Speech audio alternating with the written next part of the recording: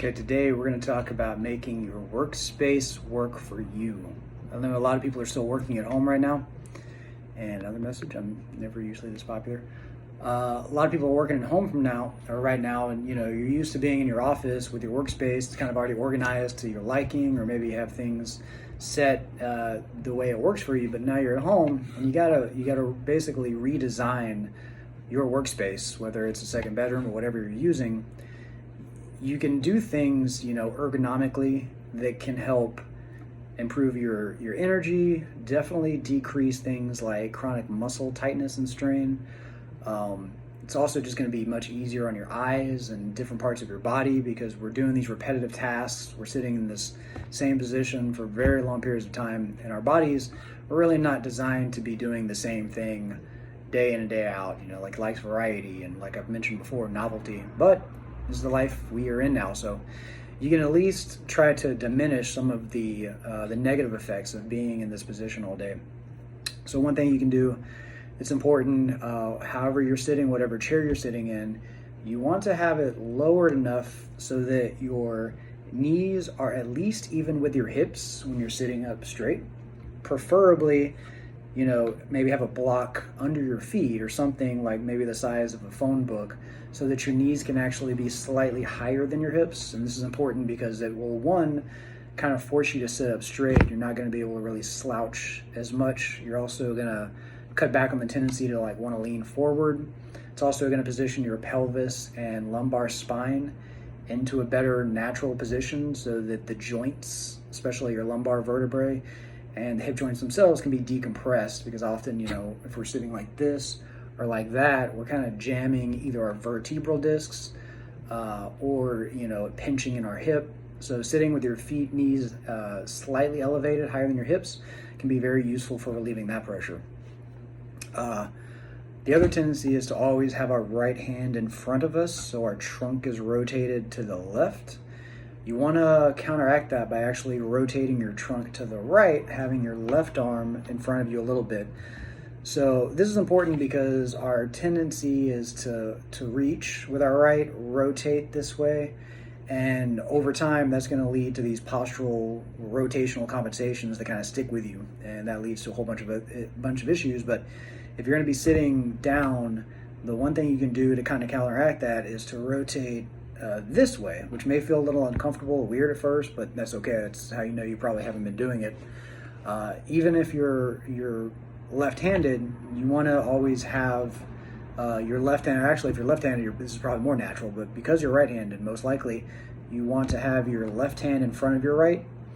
And if you can, it's gonna be super weird for most people, at least sometimes use the mouse in your left hand. And that may feel very clunky at first, but there's also cool neurological benefits to that. You're using your left hand more. If you're right-handed, you're firing up your right hemisphere, which probably needs some more activation. But again, just positionally, you want to be more like this, not like that. Sitting wise, again, you want to not cross your left leg over your right. And this again goes back to these postural imbalances that we have. We have a tendency to lead with our left leg, reach with our right hand. So you want to think about doing the opposite of that as much as possible. So sit with your left arm in front of you, sit with your right knee ahead of your left. So if you think your pelvis is right here, you're going to basically position it that way. So your right pelvis is a little ahead of your left. You can think about pulling your left hip back. That will accomplish the same thing. And again, try not crossing your left ankle over your right knee. If you're going to cross your legs over, cross your right leg over in front of your left knee. This is going to help unwind some of that postural rotation. Computer height. So you want to have the top of your monitor at least even with your eyes, preferably a little higher. That's because you never want to be thinking about looking down on your monitor, because that's just going to aid to this whole slouched forward position that nobody wants to be in.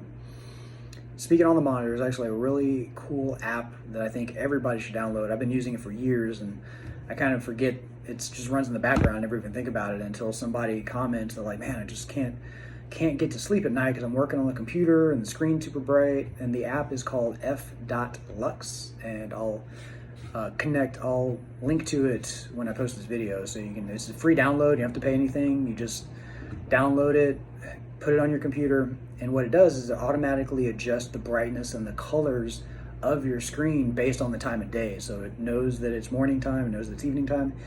When it's evening time, it starts to dim the screen and change the color to a different tone. And this helps like as I mentioned before, the melatonin production, which shuts down if you're getting this bright light into your eyeballs at night. So this totally counteracts that, and then in the morning time, it resets that. So it goes back to its bright, normal, bright screen. So when you're working during the day, nothing's changed. But if you're going to be working at night, like a lot of people unfortunately are, it's going to automatically adjust your screen brightness and color so that it's not going to affect your sleep that night. So F.Lux, free app. It's amazingly free. It's super powerful. It's really kind of the same thing, same technology that the iPhone is now using, the night shift, but this has been around for years. You can download it on your computer. Then, you probably heard this many times before, but it cannot be overstated. Get up and move every hour, because if you're just sitting there and you're in the position, you're going to start to round forward. Things are going to get tight. Your joints aren't going to like it. Your circulation is going to slow down. Your brain's going to start, getting bored. Get up and move. It doesn't have to be anything specific, but just get some circulation going to your limbs, and not just sitting on your butt the entire time. That's it. I'm thinking about putting together actually maybe a 1 to 3 page PDF of things that you can do. Oh, battery's dying. Things that you can do to improve your workspace, improve your work habits.